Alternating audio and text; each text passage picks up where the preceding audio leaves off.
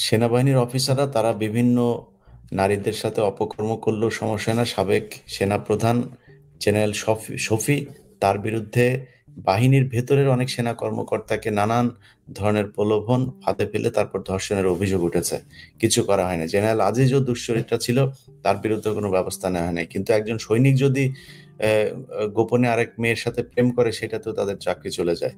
তো এই একই অবস্থা বিডিআর সৈনিকদের উপরেও চলেছে, যে সৈনিকদের উপরে আহ, লঘু পাপে গুরুদণ্ড দেওয়া হতো, কিন্তু সে অফিসাররা এই লুটপাট, চুরি, বাটপারি এগুলো করেছে। তা আমরা ব্রিগেডিয়ার হাসান নাসির আপনার কাছে যাই। জি, ধন্যবাদ আমাকে আমন্ত্রণ জানানোর জন্য। আমি এখানে এই ডাল ভাত সম্পর্কে যেহেতু একটু ভিতরের তথ্য জানা আছে, সেজন্য আমি কিছু তথ্য বলবো, যেটা হয়তো প্রথমবার হইতে পারে, বা আমার নিজেরও ধারণা, বা আমার রিএস্টিমেশন বলতে হবে এই রিপোর্টের পরিপ্রেক্ষিতে। এই কর্নেল কামালকে যে দায়িত্বটা দেওয়া হয়, হু ইজ কর্নেল কামাল, ওর যদি কার্যক্রমগুলো আমরা বিবেচনা করি, তাহলে আমি মনে করি এটাই ছিল এই বিডিআর হত্যাকাণ্ডের পটভূমি। এই বিডিআর কে ডিসক্রেডিট করা, ডাল ভাতের মাধ্যমে যে কাজটা হয় পরিকল্পিতভাবে, যেটা এসছে কর্নেল মুজিব এবং জেনারেল শাকিলের সাথে মিলে কামাল যেটা করেছে, কামালের একটা লিঙ্ক আছে, যেটাকে আমরা এখন জেনারেল ফজলু যেটা প্রকাশ করেছেন, ভারতের লিঙ্ক। কামাল কিন্তু একজন established agent of that group. তো সেই হিসেবে সে যদি এই ডাল ভাতের কার্যক্রম পরিচালনা করে থাকে, এবং সে যদি এই যে 354 কোটি টাকার ডিলে যদি সে থেকে থাকে, আমার ধারণা এইখানে যে অনিয়মগুলো হয়েছে সেও করেছে, সেও বেনিফিটেড হয়েছে, এবং সে বিডিআর ডিজি এবং কর্নেল মুজিবকে যদি এই ব্যাপারে কোনো বেনিফিট দিয়ে থাকে, এটা পার্ট অফ দি প্ল্যান।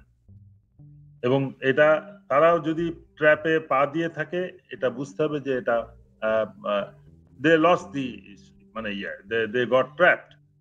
এবং সেই পরিপ্রেক্ষিতে আমি বলবো যে এই ডাল ভাতের এই কার্যক্রম অনিয়মটা এস্টাবলিশড। বাট এই তথ্যগুলা প্রথম কমিশন যখন হয়, আমি যেটাতে সদস্য ছিলাম, এই তথ্যগুলা মোটেও আমাদেরকে দেওয়া হয় নাই। কামাল এসেও খুব সিম্পল একটা, ওই যে ঠিক মামুন খালেদ বা জিয়ার যে স্টেটমেন্ট ওই কমিশনে ছিল, মানে দেখেছি, করেছি, খেয়েছি টাইপ স্টেটমেন্ট তারা দিয়ে চলে গেছে, নোবডি আস্কড এ কোয়েশ্চেন। ওইটা লিপিবদ্ধ করে ছেড়ে দেওয়া হয়েছে, বিকজ উদ্দেশ্য ছিল যে পটভূমি, কারণ এবং সুপারিশ, এই তিনটা, যেটা ব্রিগেডিয়ার জিয়া ঠিক মতো বলতে পারে নাই। মূল ওই কমিশনের কাজ ছিল এটা। তো সেই হিসেবে ওই কাজটাই তারা করেছে। এইখানে আমি এই জন্য বলতেছি যে আপনি যেটা বলছেন এটা কারেক্ট, এবং এটাতে পরিকল্পনার একটা অংশ বিডিআর কে ডিসক্রেডিট করা হবে ডাল ভাত দিয়ে, এবং সে কামাল এটার মূল আর্কিটেক্ট, এবং তাকে দিয়ে যে এজেন্সির সাথে তার যোগাযোগ সেটা করছে। কামালের আরো অনেক ইতিহাস আছে, যেটা এই মুহূর্তে বলার হয়তো প্রয়োজন নাই, আরো অপকর্ম। যেটা ওনার ধারাবাহিকতায় যদি আমরা আসি, যে বিডিআর এর শুধু তো ডাল ভাত না, ডাল ভাত ছাড়াও ধরেন দরবার হল, এই যে দরবার হলটা যে আপনার ভাড়া দেওয়ার বিষয়টা এখানে উঠে এসছে, আরো আরো বেশ কিছু বিষয় আছে, আমি যেমন আসলে ইলিয়াস ভাই, আমি এই মিলিটারি ইন বিজনেস যখন প্রথম বিএমটিএফ আর্মি নেয়, সেটাই কিন্তু ইনিশিয়েশন বলতে পারেন। তার আগে সেনা কল্যাণ সংস্থা ছিল, খুব ছোট আকারে ইউনিট লেভেলে ক্যান্টিন চলতো, ছোটখাটো ইনস্টিটিউশন চলতো, একটা হয়তো ক্লাব চলতো, এই পর্যায়ে ছিল। That was the initiation. এটাও কিন্তু পার্ট আর্মিকে করাপ্ট করা। আর্মিকে করাপ্ট করার প্ল্যান হচ্ছে এই বিভিন্ন কর্পোরেট বিজনেসের মধ্যে আর্মিকে ঢোকানো, এবং তারপরে আত্মীয়দের ফেভার করা, আত্মীয় মানে বন্ধু বান্ধবদের ফেভার করা, এবং ইট বিকাম এ প্র্যাকটিস। আর্মিতে এটা এখন যেহেতু huge number of business enterprise আছে, এবং এইটার থেকেই মনে হয় এই ডিপিএম, এইখান থেকে আইডিয়া হয়তো হাসিনা নিয়েছে, ডিপিএম, ডাইরেক্ট পারচেজ মেথড। এইটাতে মাধ্যমে মানে আমি ডাইরেক্টলি কাউকে ডেকে তার সাথে ডিল করতে পারি। এই ইয়েতে এই ধারণার আলোকেই কিন্তু এই দরবার হল আমার বন্ধুকে ডেকে দিয়ে দিলাম, আকরাম হোসেন মুর্শিদি আমার ফোর্সমেট, তাকে ডেকে কাজ দিয়ে দিলাম। এইভাবে অনিয়মগুলো হয়েছে, এবং আর্মিতে এটা হিসাব করলে হাজার হাজার, কত হাজার লক্ষ হবে আপনি বলতে পারবেন। এটাই হচ্ছে সবখানে, এবং এই জন্যই আর্মিকে বা সশস্ত্র বাহিনী বা বিডিআর বা যে কোনো শৃঙ্খলা বাহিনী যারা 100% পেইড আউট অফ পাবলিক মানি, সরকারের বা জনগণের করের টাকায় যে সমস্ত বাহিনী তাদের নিরাপত্তা, দেশের স্বাধীনতা সার্বভৌমত্বের জন্য যাদেরকে নিয়োজিত করা হয়েছে, তাদের কোন রকম নিজস্ব আয়ের কোনো সুযোগ থাকার কারণ নাই, প্রয়োজন নাই। তারা দরকার হলে সরকার থেকে আরো ফান্ড নিবে, যা লাগে নিবে, কিন্তু এই যে ডাইনে বায়ে সামনে পিছন থেকে ফান্ড অ্যারেঞ্জ করার যে সিস্টেম, এটাই বাহিনীকে কলুষিত করছে।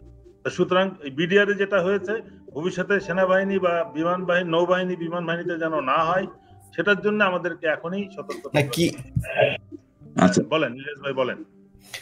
আমি বলছি যে যে কথাটা ওনার কাছ থেকে শুনছিলাম, মানে কি হচ্ছে কি আপনি বলছেন যে মানে এই আর্মির ভেতরে বিজনেস ঢুকিয়ে তারপরে কি মানে কি করা হচ্ছেটা কি? আর্মিকে করাপ্ট করা হয়েছে, আর্মিকে করাপ্ট করা হয়েছে। পিপল আগে আমার পকেটে টাকা ছিল না, আমি কিন্তু আমার দেশপ্রেম ছিল, আমার সততা ছিল। তো যখন আমার সততাটা চলে যায়, তখন কিন্তু আমার দেশপ্রেম আর থাকে না, বিকজ আমার সততাটা আমার সিনিয়র বা আমার শত্রুরা জেনে যায়, ওইটাকে তারা মিসইউজ করে। মানে করাপ্ট মানে হচ্ছে করাপশন করে, এখানেই করাপশন করা হয়, তাই না? তাহলে করাপ্টেড ব্যক্তিকে কি আমরা চোর বলতে পারি কিনা স্যার? আপনি পকেট মার্কে চোর বলতে পারবেন না তো বাংলাদেশে। আচ্ছা, পকেট মার্কে চোর বলতে আমি তো দাবি করছি যে সবাইকে ছেড়ে দেওয়া উচিত, জেলখানা থেকে সবাইকে মুক্ত করা উচিত। হাসিনুর স্যার কিছু বলতে চান স্যার, অ্যাড করেন স্যার। যে আমি এখানে শেষ করে দেই হাসিন, আমি 30 সেকেন্ডে শেষ করব।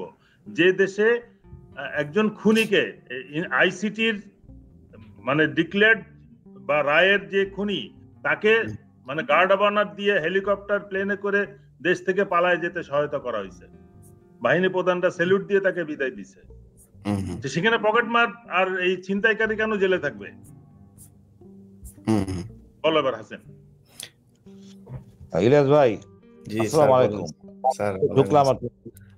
আপনার কাছে আমরা একটা সুন্দর ওয়ার্ড শুনতে চাই। মনে করেন যারা চুরি করে, দুর্নীতি করে, এদেরকে কি বলা যায়? একটা সুন্দর একটা ওয়ার্ড দেন। আপনাদের ডিওএইচএস এ যারা থাকে তাদের জন্য একটা আলাদা ওয়ার্ড দেন স্যার।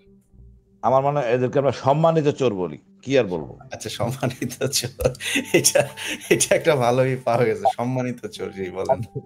পরে দেখেন, সেনাবাহিনী আমরা বেতনে চলবো, আমার সম্পর্ক ব্যাংক ম্যানেজারের সাথে যদি কিছু কোটি টোটি লাগে, আমি যখন এই অনিয়মের মধ্যে জড়াবো, বকশিস, কমিশন, গিফট, আমার সামরিক পেশাগত দিকটা আমি হারাবো।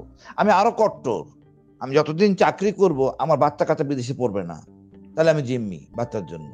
আমি কিন্তু অন্য কালচারের মানুষ না, বাঙালি কালচারে আমার বাচ্চা অসুস্থ হলে আমি অসুস্থ হয়ে যাই, আমার বউ অসুস্থ হলে আমি অসুস্থ হয়ে যাই। তো আমি যদি দেশের জন্য থাকি নিবেদিত, আমি দেশেই থাকবো। এই জন্য দেখেন ভালো ভালো স্কুল কলেজ কিন্তু আমাদের আছে আর্মির, এরপরও আমরা বাচ্চাদেরকে বিদেশে পাঠাই এবং ব্যক্তিগতভাবে আমার পেশাটাকে আমি জিম্মি করে ফেলি। আমি এরকম কট্টর। ইলিয়াস ভাই, মূল ইস্যুতে আসি আমি। দেখেন, ঘটনা ঘটতে একটা জিনিস হয়ে গেছে, আমরা কিন্তু শুধু বিডিআর সদস্যদেরকে বন্দি করছি, টর্চার করছি, যারা অপরাধী। আমি এটাও জানি যারা অপরাধী তাদেরকে, অপরাধী ছাড়াও নিরীহ লোকদের ক্ষতিগ্রস্ত হয়েছে, কিন্তু সেনাবাহিনী অফিসারকে জড়িত ছিল না। ডিজিএফ কেন অ্যারেস্ট করা হয় নাই? আচ্ছা, ঠিকলাম, ওটা পরে। যখন এটা হলো হোম মিনিস্ট্রির দায়িত্ব, বাংলাদেশের ভিতরে কোথাও কোনো রকম কোনো জায়গায় কোনো ঘটনা ঘটলে দায়িত্ব হলো হোম মিনিস্টারের। হোম মিনিস্টার আন্ডার হলো কে? র্যাব। র্যাব ওই দিন হাফ অ্যান আওয়ারও না, আর অল্প সময়ের মধ্যে কেটে চলে গেছে।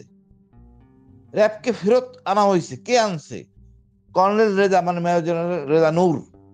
এই ভদ্রলোক ওনার চেইন অফ কমান্ড মানেন নাই। ওনার চেইন অফ কমান্ড হলো গিয়া ডিজি র্যাব এবং হোম মিনিস্টার। উনি চেইন অফ কমান্ড মানেন নাই। উনি চেইন অফ কমান্ড না মেনে সরাসরি যমুনাতে গেছেন তারেক সিদ্দিকীর আদেশে। হুইস তারেক সিদ্দিকী? এটা এই চেইন অফ কমান্ড এবং বিজনেসের মধ্যে নাই। তো এই লোকটাকে এতদিন ধরা হয় না কেন? এখন কেন বলতে হলো? সেনাবাহিনী জেনারেল জানতেন না? সবাই জানতেন, চুপ করেছিলেন। এই লোকটা তো প্রথমে ফাঁসি দেওয়া উচিত ছিল, আদেশ পালন করেন নাই। উনার জন্য এত অফিসার মারা গেছে, হয়তো 3-4 জন মারা গেছিল, বাকি ওই অফিসাররা বিদ্যমান, শামসুজ্জামান টামরা আছে। তারপর এরা কথা বলছে গুলদারের সাথে, গেটের সামনে দাঁড়ানো, এই ঢুকতে দেয় না এই ভদ্রলোক। আমার কথা হলো, এই লোকদের দৃষ্টান্ত পানিশমেন্ট দরকার। এতদিন লাগলো, 16 বছর। তাও এই হাসান নাসির স্যার, আমরা শহীদ মিনারে বসে চিল্লা চিল্লি করে এই জেনারেলকে আমরা নিয়োগ নিয়োগ দিচ্ছে, কি দিতে হবে? তাকে দিতে রাজি না, অনেক কষ্ট করে। অ্যাটলিস্ট আমি সেলুট জেনারেল ফজলু কে, উনি অ্যাটলিস্ট কমিশন করে বলতে পারছেন যে ভারত জড়িত আর সেনাবাহিনীর কিছু অফিসার অনিয়ম, অনেক অফিসারের অনিয়ম যে নামগুলি দেওয়া হয়েছে। এই যে কর্নেল কামাল সম্বন্ধে বলি, সে সম্পূর্ণ রয়্যাল এজেন্ট, স্যার পরিচয় করে নাই, পরিষ্কার রয়্যাল এজেন্ট। স্যার এই ইনভলভমেন্ট হলো শুরু থেকে পরিকল্পিত। না না, আমি এটা এই বলছি তো, জেনারেল ফজলু যার কথা বলছে, যে দেশের কথা বলছে, তার ওই এজেন্সিরই তো এজেন্ট সে। না, এইখানে এই কামাল স্যারই সব করা, এই ইন্টেলিজেন্সের কাজ, সৈনিকদের খেপানো, টাকা পয়সা 2 নম্বরই করা। সুতরাং আপনাকে পরিষ্কার হইতে হবে, এদেরকে ছাড় দেওয়ার কোনো অবকাশ নাই। তারপরে মনে করেন জেনারেল এই যে হাকিম, জেনারেল হাকিম ফরেস্ট ব্রিগেড কোন স্যারকে আমি বারে বারে বলতে জায়গা মতো আসেন, ডাইনে আমি ঘুরেলে হবে না তো। ওইখানে হাকিম স্যার গেছে, হাকিম স্যার ব্রিগেড কমান্ডার, কিন্তু সে তার কথা, সে আদেশ পালন করে নাই। সে আদেশ শুনছে জেনারেল ওয়াকারের, সে তো ব্রিগেডিয়ার, সেখানে মেজরের কথা শুনছে। হোয়াই? সে বলতেই পারে আত্মীয়, স্যার যায়েন না, সে তো তার শোনা উচিত না? দায়িত্ব হাকিমের, হাকিম আদেশ পালন করে নাই। ওইদিকে রেজানুর আর এদিকে হাকিম স্যার। হাকিম স্যারকে আমি জিজ্ঞেস করছি, স্যার কেন যান নাই? উনি পরিষ্কার বলছেন যেন ওয়াকার আমাকে ঢুকতে মানা করছে, আপা দায়িত্ব, আপা যাইতে মানা করছে, এমন মোবাইলে শোনাচ্ছে ওনারে, উনি যান নাই। উনি নত জানু অফিসার, উনি ব্রিগেড কমান্ডার, উনি ছিল ক্যাপ্টেন হওয়া, উনি মেজরের কথা শুনছেন, দেয়ার ভাই দেশ বিপদে। আমরা এগুলি গ্রহণযোগ্য না। আপনি যে ব্রিগেডিয়ার দায়িত্ব নিছেন, আপনি ডিএম আদেশ দিচ্ছে, আপনি ঢুকবেন ভিতরে। আমি সেদিনকার শুনলাম যে ডিএমের বিরুদ্ধে ডিএম দায়িত্ব পালন করে নাই, খুঁজে পাওয়া যাচ্ছে না। এগুলি কতটুকু সত্য না সত্য, আসলে কার দায়িত্ব ছিল, কে ব্যর্থতা, পরিষ্কার করতে হবে তো। এখানে ফাইললেমি করে রাখা হয় নাই, ঢাকা ক্যান্টনমেন্ট থেকে আধা ঘন্টা লাগানো যাইতে ওখানে, আর আমাদের অফিসে গুলো মারা গেছে, আমাদের বউ বাচ্চারা নির্যাতিত হয়েছে। এখন এর মধ্যে তারপরে মনে করেন এই অফিসারদের মনে করেন তারপর সপ্তাহ মামলা 5 জন অফিসার কত নিপীড়ন হয়েছে, জেল হচ্ছে, এখনো আমাদের এইগুলিকে আমরা রেগুলাইজ করতে পারিনি। এই জেনারেল ওয়াকার ওই সেট আপ এখনো রয়ে গেছে। আল্লাহ ডক্টর ইউনূসকে দিছে, আর ওনার সাহস দেয় নাই, ওনার হেডম নাই, ন্যায় বিচার প্রতিষ্ঠা করতে পারতেছেন না। এতক্ষণ তো থাকার কথা না। বাহার সাহেবকে এখন আটকে রাখছে কেন? উনি অ্যারেস্ট করে নেই কেন আইজিবি বাহার? আমি কিছু বুঝতেছি না। এত কিছু বাইক করে দিতেছে, তারপরও কাজ করতে পারতেছেন না আমাদের ডক্টর ইউনূস। ওনার পদত্যাগ করে চলে যাওয়া উচিত। অনেক প্রমাণ দেওয়া হয়েছে, কাজ হচ্ছে না। নিরীহ অনেক লোক বিডিআর আছে। আমি বলছি, আমি জেলখানে গেছিলাম ভাই, আমার পরিষ্কার বলছে সেলিম, স্যার আমাদের মারা কোনো কথা ছিল না, এটা হওয়ার উচিত ছিল না। এই দেখেন স্যার গাড়িটা, খয়েরি রঙের গাড়িটা, পিক আপ, এখানে দিয়ে মারা হয়েছে। কই, এটা আমার বলতে হবে কেন? এই অফিসাররা ছিল, জেনারেল মাইনুলকে ধরা উচিত, অ্যারেস্ট করা উচিত। উনি তো এর পর পরে গেছেন, তাকে অ্যারেস্ট করে লইতো, কিন্তু সরকার চায় নাই, মিডিয়া চায় নাই, তদন্ত কর্মকর্তারা চায় নাই, মুখ বন্ধ করো, মারো, এই জিনিসটা না বাইর হোক। বাট আমরা মিলিটারি অফিসার কি করছি? যারা কথা বলছে তাকে অ্যারেস্ট করছি। সুতরাং এই জিনিসগুলো দায়িত্ব সবার। আমাদের ডিএমআই ছিলেন ওই ভদ্রলোক, পরের দিনই মানে আউট হয়ে গেছেন রিসেন্টলি। ওই দিন আমি পার্টিকুলারলি যে ডিএম, আমাদের ডিএম সিজিএস সিনিয়র ইবনে জামালি, উনি আমার কমান্ডার, আমি উনাকে সরাসরি সকালবেলা রিং করছি ঘটনা ঘটার পর, স্যার আসবো কিনা, কোনো সমস্যা আছে কিনা? না না, সব ঠিক হয়ে যাবে, আসতে হবে না। এখন কথা হলো ভাই, দায়িত্ব পালন করবেন না, আবার এই অনিয়ম করবেন কেন? টাকা পয়সা জেনারেলকে জড়াই যাবে কেন? আপনার বহু অনিয়ম হয়েছে, বহু অনিয়ম হয়েছে। আমরা আমাদের পরিবারদেরকে ঢুকাই, কলেজ ইউনিভার্সিটি ঢুকাই অনৈতিকভাবে টাকা নেওয়ার জন্য। এটা মানবো না। আমি মনে করি, আমি কেউ বলবো, অফিসার বলবে না, সৈনিক তো ঠিকই বলবে। বিডিআর স্কুলের দায়িত্ব ছিলেন না ম্যাডাম, কেন ঢুকাইছেন? সেনাবাহিনী জানে না উচিত না, এই জিনিসটা করা উচিত না? প্রত্যেকটা স্কুল থেকে, মানে আমি এইসব জিনিস আমাদের জিনিস বলতে চাই না, আমাদের সংস্কার হওয়া উচিত। যেখানে আর্থিক সুবিধা আছে এখান থেকে সব অফিসারে সরে আসা উচিত। যে বেতন ভাতা দেয় এটাই থাকবেন, এটা থাকবেন না। লজ্জার কথা, অনেক কিছু শোনা যায়, কেন আমি এটা শুনবো? আমার নিজের লজ্জা লাগে। সেই দিন দায়িত্ব পালন করেন নাই, অনেক অফিসার গেছে, এখন তো স্যার সবাই আনা, সবকে ধরা হচ্ছে। আমি দেখে আসি এক জায়গায় মামুন খালকে ধরা হয়েছে বেজ্জুতি, মানে এরকম অবস্থা। আমার স্যার বলতেছে পাগল হয়ে গেছে আর কি।